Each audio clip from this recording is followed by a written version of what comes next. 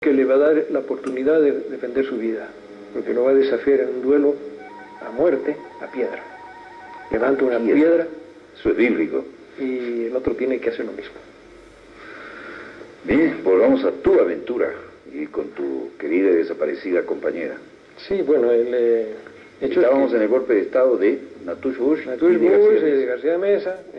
Nosotros teníamos que salir a terminar la película, pero era muy difícil salir del país en ese momento sin control. Yo no podía salir como Jorge Sanginés afuera. Entonces lo hicimos consiguiendo documentación falsa y salimos de Bolivia para terminar la película. Y cuando regresábamos, ya en el aeropuerto de Lima, yo le digo a mi esposa Beatriz: mira, cuando lleguemos a ese aeropuerto, tú y yo no nos conocemos porque no sabemos qué puede pasar ahí. Todo en este momento, en el momento que se vivía en 1980. ¿Estás haciendo la escala para cambio de avión en Lima, para venir de Lima a La Paz? A La Paz. Estoy hablando de 1982.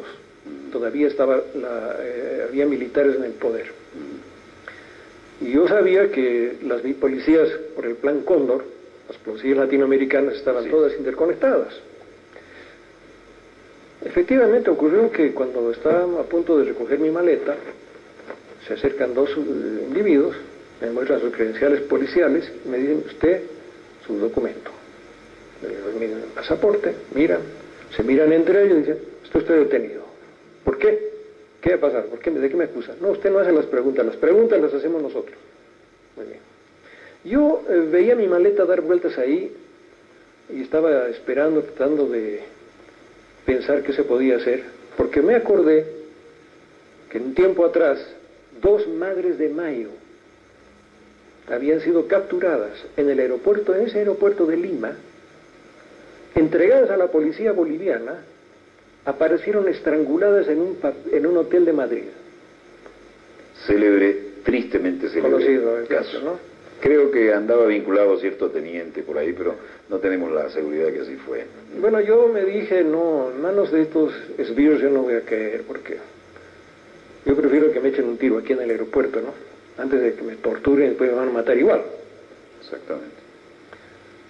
Y mientras pensaba cómo iba a actuar, en ese momento un grupo de turistas grande, con unas 40 personas, se interpuso entre los policías que estaban allá con las esposas abiertas y yo. Y cuando pasó el grupo, yo desaparecí. Eso parece realmente un guión de película.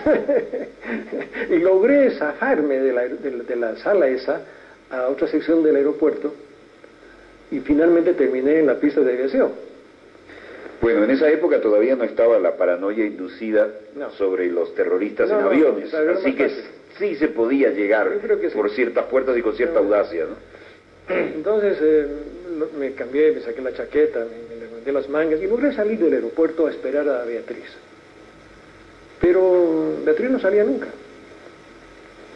Entonces me puse preocupado.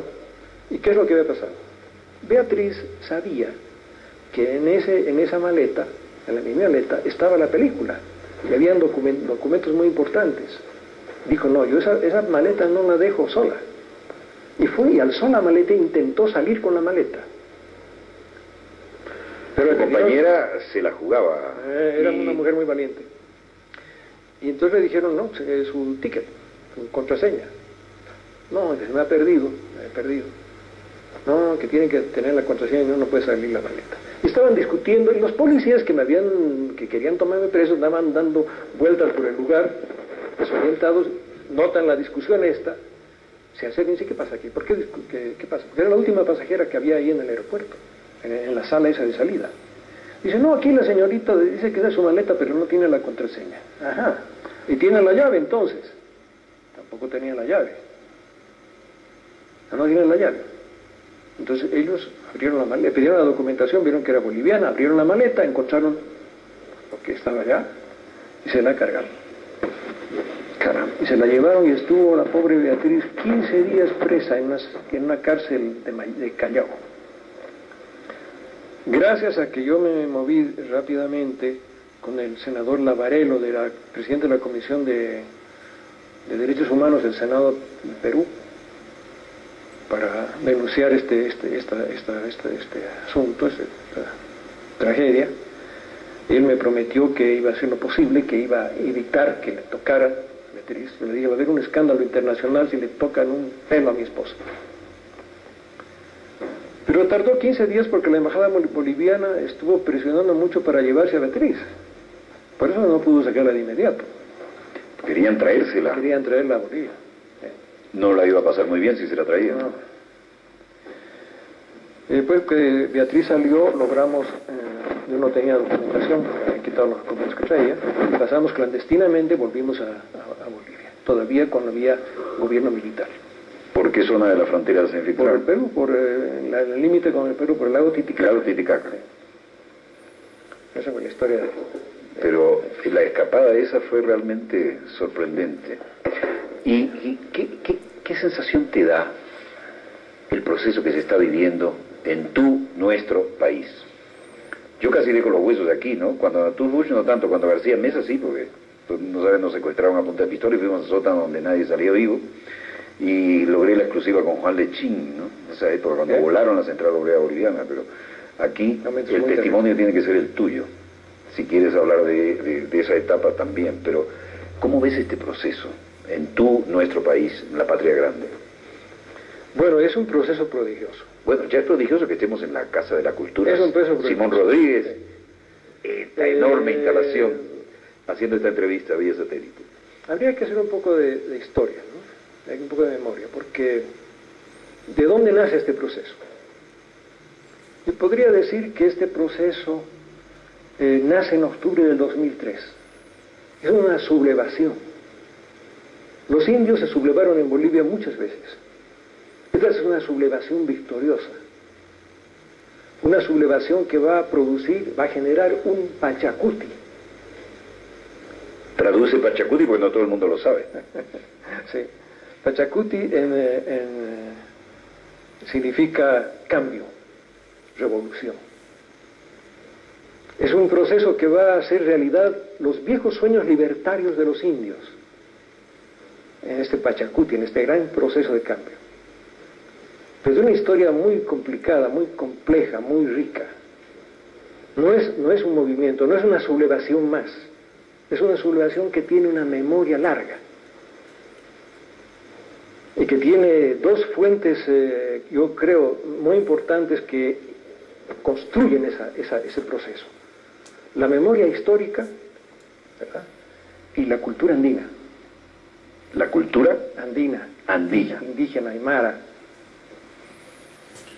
Principalmente aymara, porque los protagonistas de octubre del 2003 son los habitantes de la ciudad de El Alto, una ciudad contigua, muy próxima, limitando con la ciudad de La Paz, solo que la del Alto está en la planicie altiplánica, a 4.000 metros, y La Paz a 3.600. Esa gente, en su mayor parte, hombres y mujeres, son aymaras. Hablan aymara, tienen una cultura aymara. Y esta cultura aymara va a ser determinante en el proceso de lucha que va a protagonizar el pueblo sublevado. ¿Contra quién? Contra el modelo neoliberal, contra el presidente vendepatria Gonzalo Sánchez de Lozada. El que hablaba con acento gringo, le decían el gringo. Más conocido en la masa política y también en la población como el Goni. El Goni. Bueno. Pero ¿qué pasó realmente, no? ¿Por qué? ¿Por qué el pueblo se subleva? ¿Por qué el pueblo se levanta? El gobierno de Gonzalo Sánchez de Lozada estaba aplicando el neoliberalismo de una manera sangrienta. Había regalado la línea bandera aérea a una familia de delincuentes brasileros que desmontaron, se robaron buena parte de las piezas y de los instrumentos de control de vuelo que tenían. Como hicieron los españoles con Piazza en Venezuela. Estaban cumpliendo lo mismo que hizo Menem en la Argentina, claro. El mismo proyecto inspirado o presionado por el Banco Mundial y el Fondo Monetario Internacional, que querían destructurar nuestras economías para dar paso libre a las transnacionales que se iban a apoderar de lo que quedaba. Entonces, este modelo, ese señor presidente, el gobierno de Gonzalo Sánchez Lozada, anuncia que va a entregar o va a regalar a precio de gallina muerta el último recurso energético del país, el gas, y que lo va a vender y lo va a llevar hacia México por territorio chileno. Ya estaban diseñadas la flota de supergaseros, claro, la central licuefadora que tenía que aparecer en el puerto chileno, que iba a generar una inversión de 1.200 a 1.500 millones e iba a provocar un puerto y una ciudad en su entorno. Y otro tanto había que hacer en Baja California para después llevárselo a Estados Unidos, ¿no? Correcto. Las transnacionales estaban decidiendo el futuro y la soberanía de esta hermana nación. Y esa fue la gota que colmó la paciencia, ¿no? Pero ¿cómo llegan a tomar conciencia?